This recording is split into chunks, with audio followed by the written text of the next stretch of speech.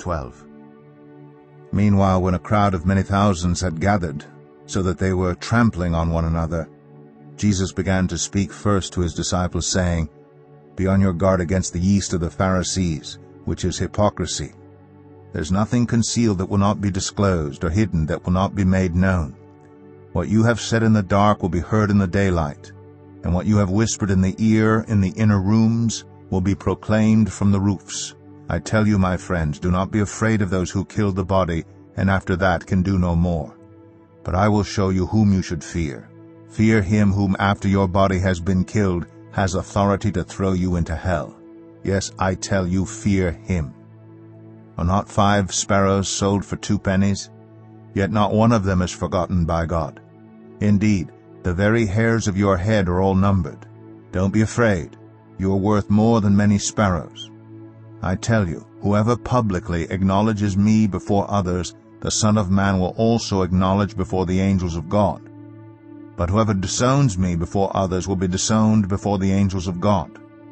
And everyone who speaks a word against the Son of Man will be forgiven. But anyone who blasphemes against the Holy Spirit will not be forgiven.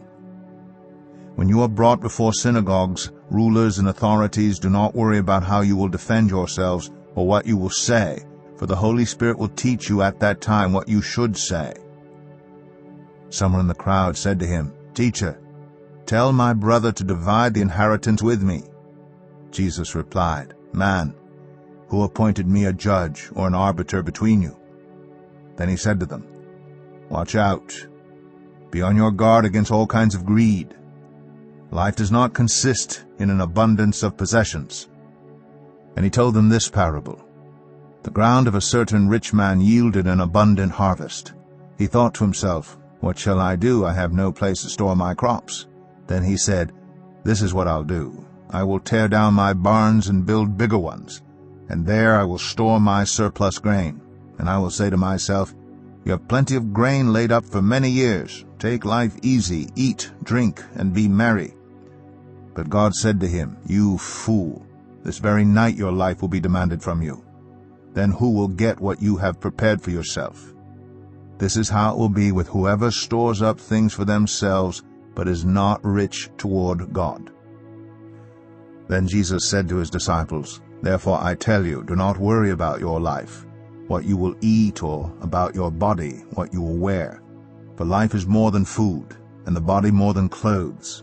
Consider the ravens, they do not sow or reap, they have no storeroom or barn, yet God feeds them. And how much more valuable you are than birds. Who of you by worrying can add a single hour to your life? Since you cannot do this very little thing, why do you worry about the rest? Consider how the wild flowers grow. They do not labor or spin, yet I tell you, not even Solomon in all his splendor was dressed like one of these. If that is how God clothes the grass of the field, which is here today and tomorrow is thrown into the fire, how much more will he clothe you, you of little faith? And do not set your heart on what you will eat or drink. Do not worry about it. For the pagan world runs after all such things, and your Father knows that you need them.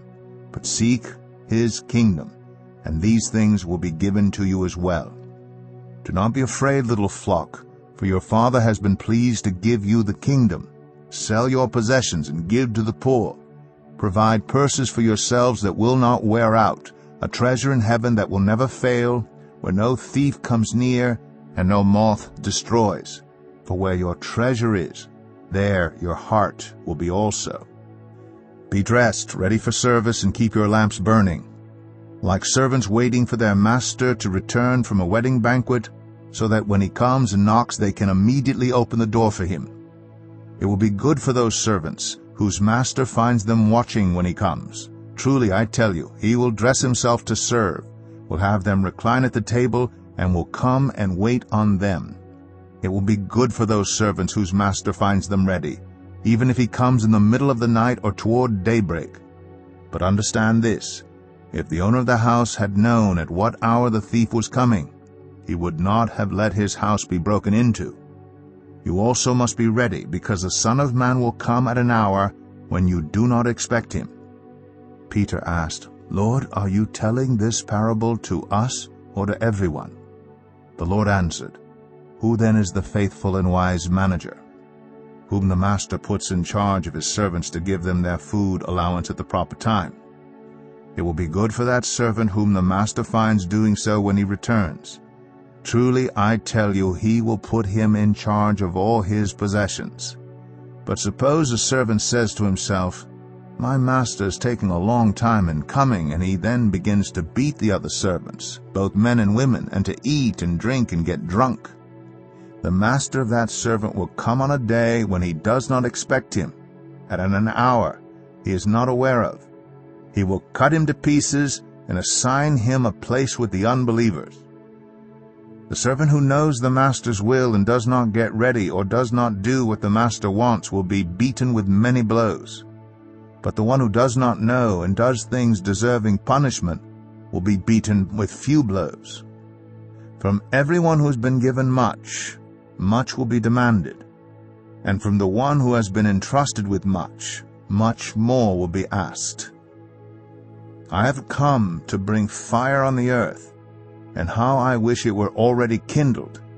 But I have a baptism to undergo, and what constraint I'm under until it is completed. Do you think I came to bring peace on earth? No, I tell you, but division. From now on there will be 5 in one family divided against each other, 3 against 2, and 2 against 3. They will be divided, father against son, and son against father, mother against daughter, and daughter against mother, mother-in-law against daughter-in-law, and daughter-in-law against mother-in-law." He said to the crowd, "When you see a cloud rising in the west, immediately you say, 'It's going to rain,' and it does. And when the south wind blows, you say, 'It's going to be hot,' and it is. Hypocrites! You know how to interpret the appearance of the earth and the sky. How is it that you don't know how to interpret this present time? Why don't you judge for yourselves what is right? As you are going with your adversary to the magistrate, try hard to be reconciled on the way, or your adversary may drag you off to the judge, and the judge turn you over to the officer, and the officer throw you into prison. I tell you, you will not get out until you have paid the last penny."